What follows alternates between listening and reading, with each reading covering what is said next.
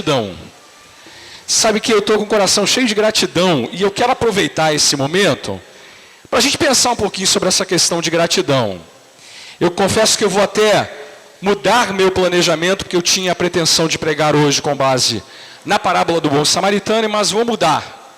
E vou mudar de maneira proposital, porque não posso perder a oportunidade de uma noite como essa, de não falar desse assunto, de não falar desse tema que é tão importante, tem tantas implicações para a nossa vida, que é a questão da gratidão a Deus.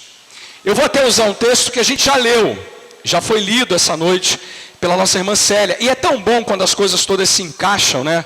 Você vê que muitas das coisas que eu vou falar foram apontadas, foram lembradas a você, ao seu coração, nessa ordem de culto da noite.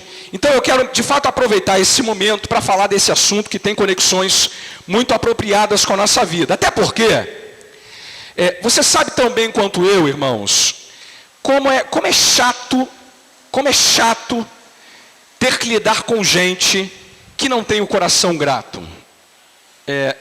Eu não sei, gente ranzinza, mal-humorada e que fica cuspindo marimbondo, não é gente muito agradável de lidar.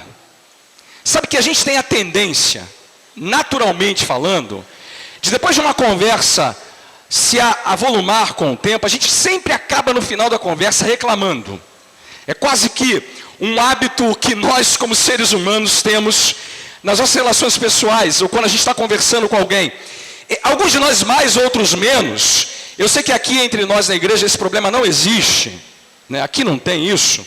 Mas em geral, depois de um tempo, depois de um tempo de conversa, a gente tem a tendência de começar a reclamar de tudo, de murmurar, de colocar sempre as coisas numa perspectiva menor, menos importante. Aí tem aquele sujeito que, quando está chovendo, que chuva chata. Está fazendo sol, mas que sol é esse, né? Aí quando está ventando, mas que vento que não vai embora. Quando não está ventando, mas não venta nada hoje, né? Você já viveu com gente assim? Você bota a comida, essa comida está fria, esquenta, está quente demais. Ou então a igreja é chata, o pastor chato, esse culto quase sonolento. A gente está sempre tentando olhar a coisa na perspectiva negativa. E murmurar é uma dessas coisas que a gente gosta de exercitar de vez em quando na nossa alma, né? Eu não sei quantas vezes você murmurou essa semana, irmão. Não sei quantas vezes você murmurou, mas eu certamente sei que você o fez. E talvez tenha até feito mais vezes do que gostaria de ter feito ou deveria ter feito. Sabe que murmurar e reclamar é o contrário do que a gente está vendo nesse culto aqui, da ênfase que estamos dando nessa noite. Parece que temos a tendência de pensar, que temos o direito de pensar sempre na vida na perspectiva da murmuração e da reclamação. Ok. A nossa tendência é quase sempre pensar que podemos de fato encarar a vida com aquilo que ela nos traz, dando uma resposta nesses termos. Eu confesso aos irmãos que quando eu parei para pensar nesse tema e nas implicações dele, eu me dei conta de como eu preciso de uma exortação que a Bíblia me faz e da resposta que deveria estar no meu coração sempre que eu enfrento problemas e circunstâncias das mais diversas da minha vida. É um texto que a gente usa muito, até consegue reproduzir ele de cor e salteado. Mas poucas vezes nos damos conta de como esse texto aponta as nossas deficiências na área de gratidão. Até porque, irmãos, olha, um coração ingrato faz mal para a gente. O sujeito ingrato é sempre um sujeito mal-humorado, ranzinza, reclamão. Quase sempre a ingratidão é resultado, produz em nós algo desse tipo. Mas não é só para essa pessoa que é ruim, não. Tem coisa chata na vida, é você conviver com gente que fica reclamando. O sujeito reclamão, ele não só contamina o humor dele, mas ele também distribui um efeito muito desagradável em torno dele. Aquele jeito que está sempre reclamando, em geral faz a gente também ficar reclamando como ele. E o que é pior, ele cria um clima em torno dele que é sempre muito chato. Parece que ele está usando um óculos que faz ele enxergar tudo cinzento. E ele nunca consegue perceber a coisa de maneira diferente. Hoje eu queria que a gente tentasse olhar para esse problema da ingratidão como um problema que também afeta o nosso coração. E que de vez em quando, nós deixamos que essa natureza pecaminosa que existe em nós, ingrata, tome as rédeas da nossa vida. E eu espero de verdade que esse texto passe a ter um significado todo especial para a sua vida a partir dessa noite. Abra então na passagem, 1 Tessalonicenses 5, verso de número 18. Você já ouviu a leitura desse texto, eu vou reler. E quero tentar aplicar, se Deus assim permitir, essa exortação para a minha vida e para a sua vida nessa noite. Eu vou ler uma vez, depois a gente vai ler todo mundo junto. É um versículo só, é bem pequenininho, mas ele é muito cheio de verdades importantes. E eu quero ler na minha versão, depois os irmãos todos leem na versão que está aí no Data Show, para a gente não ter problema de traduções, ok? Diz assim: em tudo, dai graças, porque esta é a vontade de Deus em Cristo Jesus para convosco. Os irmãos agora. Não, peraí. Vocês não querem dar graças não, irmão. Vocês vão me desculpar, a minha franqueza. Já está no Data Show, irmão? Então calma. A pessoa do Data Show foi arrebatada, irmão. Cadê? Hã? Ela desceu. Então usa a versão que você tem em mãos. Abra a Bíblia. Agora sim, vamos lá? Todo mundo? Em tudo.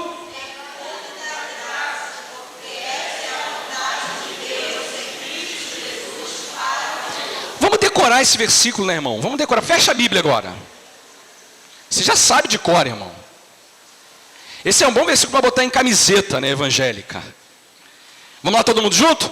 Em tudo, dai graças, porque esta é a vontade de Deus em Cristo Jesus para convosco. Vou chamar a atenção para 3 coisas desse verso. Primeiro, o conteúdo dessa exortação. Segundo, as razões para essa exortação.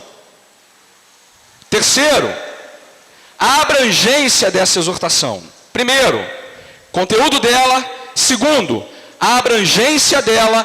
Terceira, as razões para essa exortação.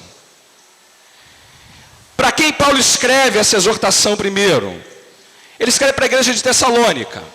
Esse é o nome da cidade em que a igreja estava. Os tessalonicenses são os moradores de Tessalônica. Essa é uma igreja que foi fundada pelo apóstolo Paulo, numa das suas viagens missionárias. E essas palavras que a gente leu aqui no verso 18, fazem parte de um conjunto de exortações que ele dá àquela igreja. Essas palavras têm mais de 2000 anos, irmãos. Ou pelo menos quase 2000 anos, foram escritas por volta do ano 50 depois de Cristo. Essa foi uma das primeiras cartas escritas pelo apóstolo Paulo. E a experiência dele em Tessalônica não foi uma experiência muito duradoura. Paulo chega na cidade, prega na sinagoga por 3 sábados, e depois ele é expulso da sinagoga, porque os judeus da sinagoga não querem tê-lo lá. Alguns judeus se convertem, com alguns gregos também, umas mulheres de posição. Paulo então começa a ensinar o evangelho em outro lugar. Mas os judeus, insatisfeitos com a presença dele, fazem um motim na cidade e obrigam Paulo a ir embora de Tessalônica. E ele fica só mais ou menos 3 meses nessa cidade pregando o evangelho. Ele vai para Bereia. E em Bereia, esses mesmos judeus, sabendo que ele está em Bereia, vão para Bereia e obrigam ele também a sair de Bereia. O pessoal era chato. Ficava no pé dele, no encalço dele, criando problema para ele. Ele, por isso, tem pouco contato com esses irmãos. vai embora e nunca mais volta a revê-los. Não tem mais uma relação pessoal como ele havia tido na instalação, na inauguração da igreja. Ele manda Timóteo, Timóteo tem contato com esses irmãos, traz um testemunho para Paulo sobre o que está acontecendo com aqueles irmãos, e ele escreve uma carta-resposta. Essa primeira carta de Tessalonicenses é uma resposta à igreja. Ele quer inclusive que todas as pessoas da igreja leiam essa carta, e ele faz, na verdade, ao longo da carta, uma série de respostas que ele queria ter dado para a igreja, mas não pôde dar porque o processo de permanência dele ali foi interrompido. Era como se ele estivesse dando um curso, uma pregação, uma série de ensinos, e ele então é obrigado a interromper esse processo pelo meio. E aí tem que mandar então uma carta para dar os esclarecimentos que ficaram faltando naquele período que ele passou ali. São crentes muito recém-convertidos, mas Paulo entende que eles já são capazes de entender também essa exortação do verso 18. E amados, eu quero que você perceba que não só eles, como nós, precisamos dessa exortação. Qual é o conteúdo dessa exortação do verso 18? O que Paulo está tratando nessa palavra tão simples, tão direta, tão concisa e tão poderosa do verso 18? Ele quer que esses irmãos aprendam a dar graças. A dar graças. E essa palavra aqui é autoexplicativa. Ele quer que esses irmãos tenham um coração sempre grato para com Deus. É verdade, irmãos, que ele está aqui pressupondo algumas coisas que a gente precisa relembrar. A primeira delas é que ele sabe que esses irmãos creem que Deus existe. Mas ele também sabe que esses irmãos creem que Deus é bondoso. E que Deus, de fato, providencia para a vida do seu povo tudo o que é necessário e satisfatório para a vida do seu povo. E toda gratidão que nós oferecemos para Deus é sempre prova do nosso reconhecimento de que Deus tem sido bondoso, de que Ele providencia o que é melhor para nós, mas que nós também estamos satisfeitos nisso. Porque olha, gratidão sempre pressupõe satisfação. E talvez a nossa grande questão com relação ao nosso coração ser ingrato é que nós estamos frequentemente insatisfeitos. É a insatisfação que leva a gente a reclamar do casamento, da esposa, dos filhos. É a insatisfação que faz a gente imaginar que o emprego melhor vai resolver nosso problema. É a insatisfação que gera inveja, ciúme, cobiça. A insatisfação é sempre amiga da murmuração. Agora, a satisfação é sempre amiga da gratidão. Paulo está dizendo para eles, olha, sejam sempre gratos. Essa gratidão, que de verdade crê em Deus, que sabe que Ele existe, que Ele é bondoso para conosco, e que de fato essa gratidão mova o coração de vocês na vida. Eu vi esse filme há pouco tempo, eu não sei se você viu, Deus não está morto.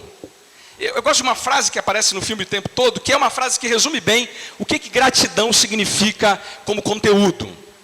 A frase é assim: Deus é bom em todo tempo. Em todo tempo Deus é bom. Essa é uma frase que fica sendo repetida no filme a toda hora. É a ideia desse coração grato. O coração grato é aquele que sabe que Deus é bom em todo tempo e que em todo tempo Deus é bom. Agora note uma coisa, quando Paulo coloca essa verdade do verso 18, ele usa uma maneira de apresentar essa exortação. E a exortação é apresentada no verso 18 como uma ordem. Ordem. Não é uma sugestão, não é um aconselhamento, não é uma recomendação. Não é Paulo dizendo assim, olha, ao longo da minha experiência de vida cristã, eu concluí que o melhor a fazer é que vocês deem graças. Não. O que ele faz nesse verso é dizer que devemos dar graças a Deus como uma ordem divina para nós. Em tudo dai graças. Essa expressão dar graças aqui aparece como um imperativo. Imperativo. Porque Paulo conhece o nosso coração como nós deveríamos conhecê-lo também. Se é uma coisa que a gente sabe, irmãos, quanto a nós mesmos, é que a gente tem a tendência de não ser grato para com as pessoas, para com as circunstâncias e também para com Deus. A prova disso, irmão, é quando você tem filhos, e esses filhos vão crescendo, você tem que ensinar para eles a dizer obrigado. Porque o menino vai crescendo e ele começa a achar, com o coraçãozinho dele cheio de pecado como o meu e o seu, que aquilo que ele recebe não é mais motivo de agradecer, passa a ser obrigação. E ai do papai e da mamãe que não derem. O menino começa a achar que o mundo gira em torno do umbigo dele. E que agora tudo que ele recebe, não recebe mais como dádiva, recebe como obrigação. Eu faço isso com meus filhos, irmãos. A gente vai na casa do meu pai, da minha mãe, dá presente, tem que falar para ele. Daniel, Lucas, vai lá dizer para o papai, para a vovó, para o vovô, obrigado. Sabe por quê, irmão? Porque o coração dele, como o nosso, tem a tendência de se comportar de maneira ingrata. E Paulo sabe, irmãos, que isso tem que ser uma ordem, porque voluntariamente nós não fazemos. Isso é uma coisa surpreendente. É surpreendente ter que admitir. E confesso isso, irmão, surpreendente até para mim. Que Deus tem que mandar a gente agradecer a Ele, porque se Ele não mandar, a gente não faz. Não faz. Não espere o seu coração espontaneamente agradecê-lo, porque você tem a tendência natural de não fazê-lo. Isso está virando uma coisa tão complicada hoje em dia. Já tem gente ensinando em nome do Evangelho aquilo que o Evangelho jamais diz. Ensinando que crente que é crente não tem que esperar como fruto da bondade, da misericórdia, do favor de Deus as bênçãos. Não. Ele tem que começar a determinar, a reivindicar, a não aceitar que ele não seja abençoado. Aí Deus é colocado como aquele que obrigatoriamente tem que fazer aquilo que exigimos dele. Olha, para essa gente, gratidão é uma bobagem, que não faz o menor sentido. O problema é que o nosso coração tem a tendência de pensar da mesma maneira. Paulo está dizendo, não. Jamais esqueça que toda boa dádiva, todo bom perfeito, tudo que você recebe nessa vida é dádiva de Deus. E jamais permita que o seu coração não seja grato para com Ele. O conteúdo é, sejam gratos. Isso é uma ordem, sabe de quem, irmãos? Do próprio Deus. É uma ordem do próprio Deus, dada àqueles que já foram alcançados por essa graça e esse favor dele.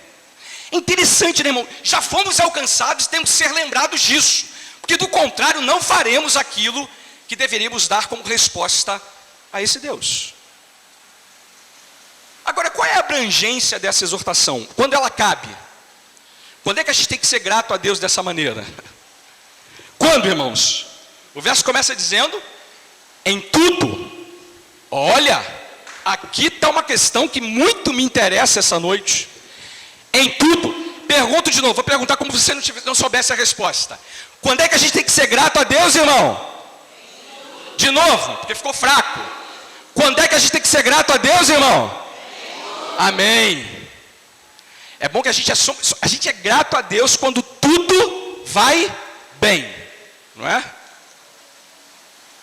Em dia de sol a gente agradece, em dia de chuva a gente reclama. Em dia de fartura a gente dá culto de gratidão e celebração. Em dia de escassez, cospe marimbondo,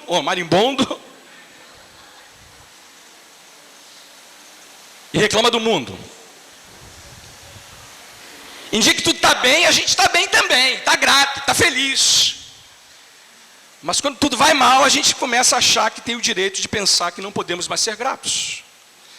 Deixa eu corrigir aqui um erro que muita gente comete com esse verso. Vou corrigir. Muita gente usa esse texto para dar a entender que Deus está exigindo de nós que sejamos gratos a Ele por tudo. Não é isso que o verso está dizendo. O verso não está dizendo para ser grato a Deus por tudo, mas é para ser grato a Deus em tudo. Faz muita diferença essas coisas. Vou explicar. Não é para ser grato a Deus, por exemplo, quando você comete pecado. Pequei, obrigado, Senhor, pelo pecado. Obviamente que não, né, irmão?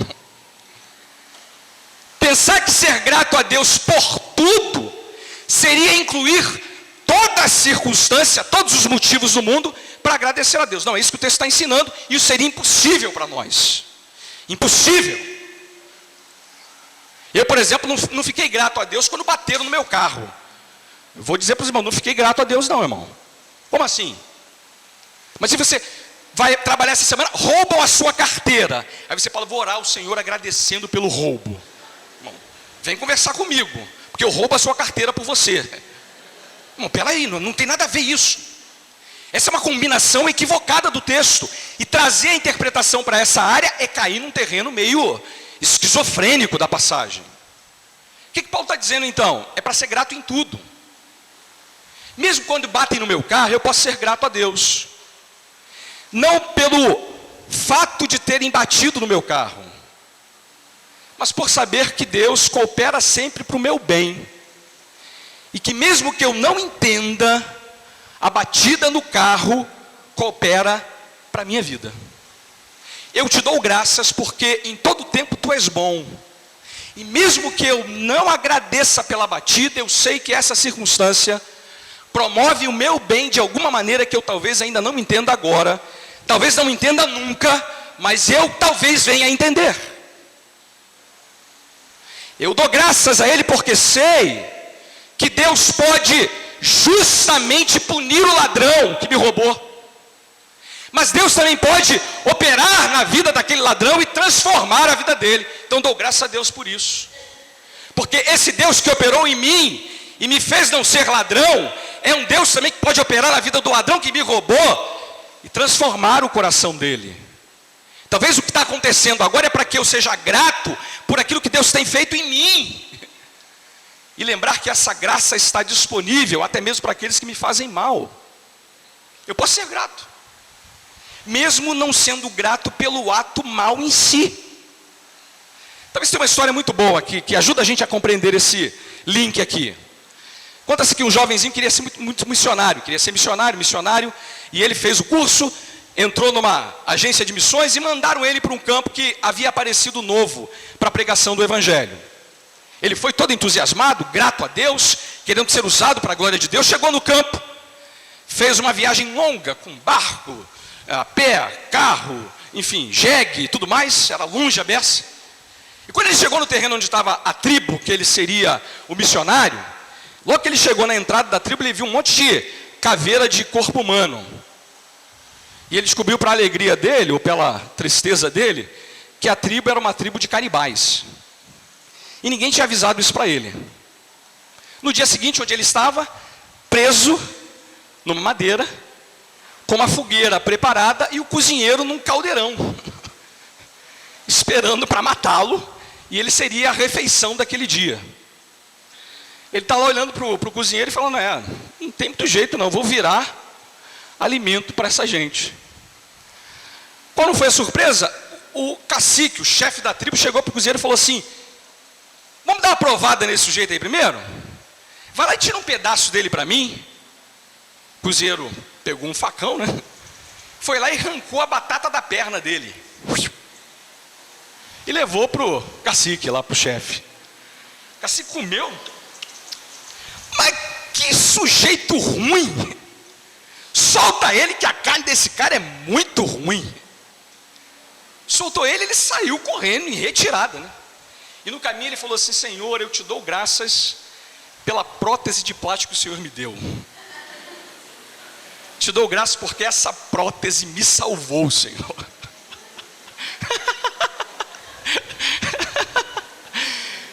irmãos, às vezes é assim, olha. A prótese é que vai salvar a gente lá na frente. É a prótese. Qual é a extensão? Em tudo. Em tudo. Não há circunstância na vida que não dê para nós condições de ser grato para com o Senhor. Conteúdo, abrangência e as razões. Por que que essa exortação nos interessa e por que Paulo está apontando ela para essa igreja e para nós? Porque esta é a vontade de Deus em Cristo Jesus para convosco. Primeiro, porque isso é vontade de Deus para você, irmão. Eu sei que a gente fica às vezes procurando na Bíblia saber qual é a vontade de Deus para a gente, né? Aí quando a gente é jovem, a gente fica se perguntando, com quem eu vou casar, com quem que eu vou formar família, que profissão eu vou seguir na minha vida, onde eu vou morar. Eu sei que essas perguntas povoam o nosso coração. Depois, quantos filhos a gente vai ter, onde a gente vai ficar. Então a gente faz perguntas para saber a vontade de Deus. Isso nem sempre aparece, e eu vou dizer mais, na maioria das vezes não aparece na Bíblia de maneira clara. Você não vai ler assim, em um texto bíblico, Hércules case com a Tânia, diz o Senhor. Isso não está na Bíblia, irmão. Isso não vai aparecer assim não. Se você está esperando por essa resposta, desista. Ela não aparecerá. Deus não trabalha com a gente dessa maneira. Ele trabalha muito mais pelas circunstâncias, pelas amizades, pelas relações que estabelecemos. E até orando a gente vai entendendo o caminho de Deus para nós nessas coisas.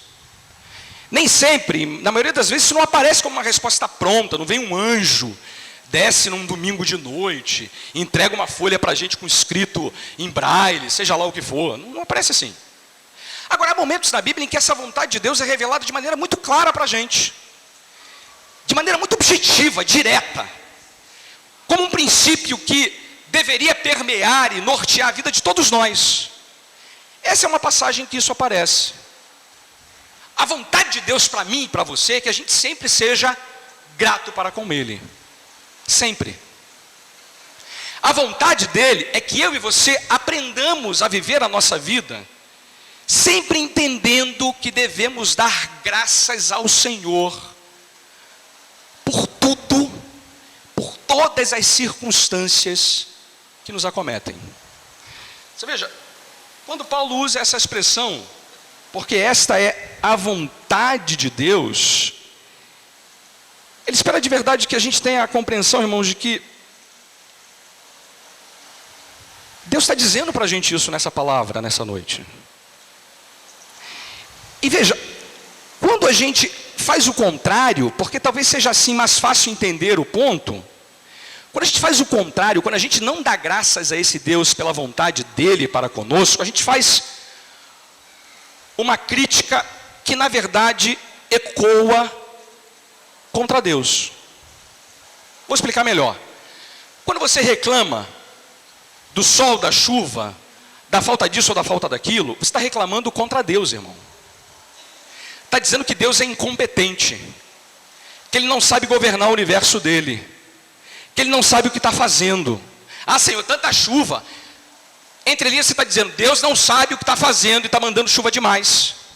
Ah, é muito sol. Você está nas entrelinhas dizendo, Deus não sabe o que está fazendo e está mandando sol demais. A sua atitude de ingratidão é sempre uma atitude de rebelião e de acusação contra Deus. Porque a vontade dele é que eu e você reconheçamos em tudo que ele faz a sua bondade. E não há meio termo aqui, irmãos. Ou a gente obedece isso, ou a gente transgride isso aqui. E veja, essa vontade de Deus está em Cristo Jesus. Essa expressão faz toda a diferença aqui. Só se pode fazer o que esse versículo diz se a gente aprende a fazer isso em Cristo Jesus. Eu não espero que incrédulos tenham atitude assim na vida, porque eles não são capazes de fazer tal coisa. Não são. Porque eles não sabem o que está em Cristo Jesus. Eu vejo incrédulos que recebem boas dádivas de Deus, e em geral eles não agradecem a Deus. Eles agradecem ao Papai Noel, a Chapeuzinho Vermelho, a seja lá qualquer outro ídolo que eles tenham criado no coração deles. Porque essa gratidão só faz sentido ser exercida e vivida se ela for feita em Cristo Jesus. E qual é a lógica aqui? O que Paulo está chamando a nossa atenção quando ele põe Cristo nessa conversa, nessa exortação para nós? A lógica é a seguinte, irmãos. Eu e você não temos nenhum motivo e razão para não sermos gratos para com Deus depois daquilo que Ele fez por nós em Cristo Jesus. E o que Ele fez por nós em Cristo Jesus? Ele não poupou o seu próprio Filho, antes por todos nós o entregou. De maneira que a lógica é muito simples, irmãos. Deus fez o mais difícil para nos amar. Deus foi tamanho bondoso conosco, que Ele de maneira graciosa, sem mérito nosso, nos deu salvação plena, completa, perdão pleno e completo em Cristo. E com Ele, nos garante que tudo que aconteça em nossa vida é resultado dessa bondade generosa, inigualável, incomparável que Ele nos oferece em Cristo. Vou tentar explicar de uma outra maneira. Olha, se Deus nos amou da maneira como Ele nos amou, entregando o seu Filho por nós, não há a menor chance dEle permitir que qualquer coisa na nossa vida não seja também produto da sua bondade para conosco. Olha, se Ele pagou um preço tão alto entregando Jesus, é porque Ele garante também que por mais que seja difícil você enxergar a bondade dEle, essa bondade sempre existe. E se ela sempre existe, ela também sempre exige uma resposta de gratidão. Em tudo dai graças, porque esta é a vontade de Deus em Cristo Jesus. E sabe para quem, irmão? Para convosco. Quem é o convosco aqui? Eu e você. Eu e você. Deixa eu fazer duas aplicações e a gente termina assim. Primeiro, para você que está murmurando, irmão, para de murmurar. Para de murmurar, para de reclamar, irmão. Não deixa o teu coração traduzir, imaginar, interpretar os fatos da tua vida sem o componente da bondade dele para com você. Irmão, por mais difícil que pareça você enxergar a bondade dele para contigo, ela sempre existe. Para de ficar achando que a sua visão míope, circunstancial, pode definir o que Deus tem feito e está fazendo por você. Eu sei, irmãos, que quando a gente está sofrendo, tem gente sofrendo, machucado, rancoroso, gente amargurado, mal-humorado. Eu digo para você o seguinte, irmão, não deixe essas coisas definirem o teu olhar sobre a bondade de Deus. É difícil, mas é possível. Quando você entende o que Deus já fez por você em Cristo. E se Ele já fez o que fez por você em Cristo, não há a menor chance dele estar promovendo o teu mal nessa hora. Seja grato, irmão.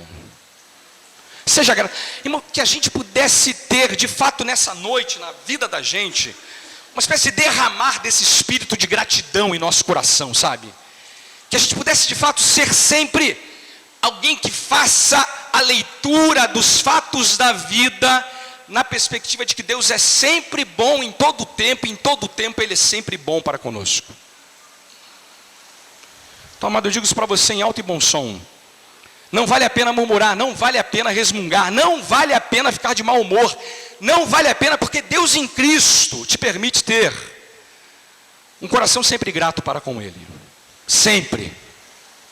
E eu não sei o que Deus tem preparado para você essa semana, irmão. Não estou fazendo aqui nenhuma antecipação de profecia do mal para a sua vida. Mas independente do que aconteça, entenda que em Cristo você pode ser sempre grato para com Deus. Que Deus nos ajude a fazer desse culto não apenas um momento específico em nossa vida, mas seja de fato a representação daquilo que nós vivemos na nossa existência. Agora aplico isso para aqueles que estão aqui e ainda não são crentes em Cristo. A você eu digo o seguinte: amado, que Deus te faça enxergar o quanto Ele tem sido bondoso para com você. Olha, deixa eu dizer uma coisa, você só está aqui vivo essa noite, e você só pode entrar nesse lugar para adorar a Deus, só pode participar desse momento público na presença dEle, porque Deus tem sido bondoso para com você. Foi Ele quem te preservou em vida, foi Ele quem tirou você de várias armadilhas que você talvez desconheça, foi Ele quem te fez ser amigo das pessoas que deveriam ser amigas suas para trazer você aqui, foi Ele quem moveu, protegeu, operou a teu favor, mesmo que você não seja capaz de enxergar tais coisas. E eu não sei o que vai acontecer com você amanhã, mas posso garantir uma coisa para você: esse Deus que tem sido bondoso contigo tem muito mais para te oferecer em Cristo. Tem muito mais para te dar. A bondade dele é muito maior do que isso que você já experimentou até esse momento. E a maior dessas bondades, o maior desses benefícios, é a nova vida, o perdão, a graça que pode transformar o teu coração, se você se submeter a Ele de verdade, completamente. A você, o meu chamado é para que você pare de ser ingrato para com esse Deus. Pare de ser ingrato para com tudo aquilo que Ele tem feito por você. Mas que você se renda com um coração grato, porque de fato o Senhor tem muito mais na sua bondade para oferecer a pecadores que se chegam a Ele, com corações e mentes reconhecidamente voltadas para a bondade do Senhor. A Deus, e que Deus mesmo nos dê um espírito de gratidão no nosso casamento, na relação com os nossos filhos, na relação com a igreja, na relação com os irmãos, que a gente aprenda a ser grato uns com os outros, grato para com o Senhor, grato para com tudo que Deus tem providenciado para cada um de nós na nossa história. Amém, irmãos? Mas vocês estão muito ingratos, irmão. Que Deus nos ajude, irmãos, a entender isso e a viver de fato dessa maneira, grato para com o Senhor. Mas que Ele nos perdoe também, irmãos, das vezes em que a gente acabou fazendo considerações precipitadas. Que a gente peça perdão a Ele, porque muitas vezes somos tão ingratos para com Deus. Deus está fazendo tanto pela gente, a gente teima em continuar mantendo murmuração em nossos lábios. Deus nos perdoe e nos faça entender o quanto devemos ser gratos para com Ele. Fica de pé, vamos orar.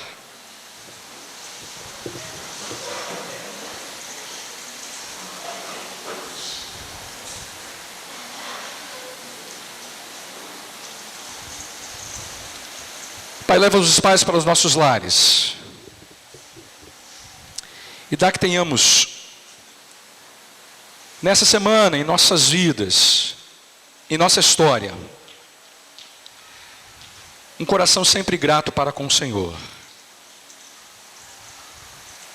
Eu não conheço a história e a situação específica de cada irmão, de cada amigo que está conosco essa noite, mas que essa palavra exposta ao nosso coração seja instrumento na mão do Senhor, para despertar, para encorajar, para desafiar a cada um de nós a sermos em tudo gratos a Ti, porque essa é a Tua vontade em Cristo Jesus para conosco. Perdoa-nos, porque muitas vezes nossos lábios são instrumentos para manifestar ingratidão para contigo. E dá que o nosso coração seja dominado pelo Teu Santo Espírito, que as verdades da tua palavra essa noite nos ensinem, nos advirtam, nos corrijam, salve as nossas almas e o nosso coração da amargura, do mau humor, da ingratidão e de tudo que quase sempre está relacionado com isso, da inveja, da cobiça, da insatisfação. Tem misericórdia de nós, Senhor, e nos dá corações gratos a Ti.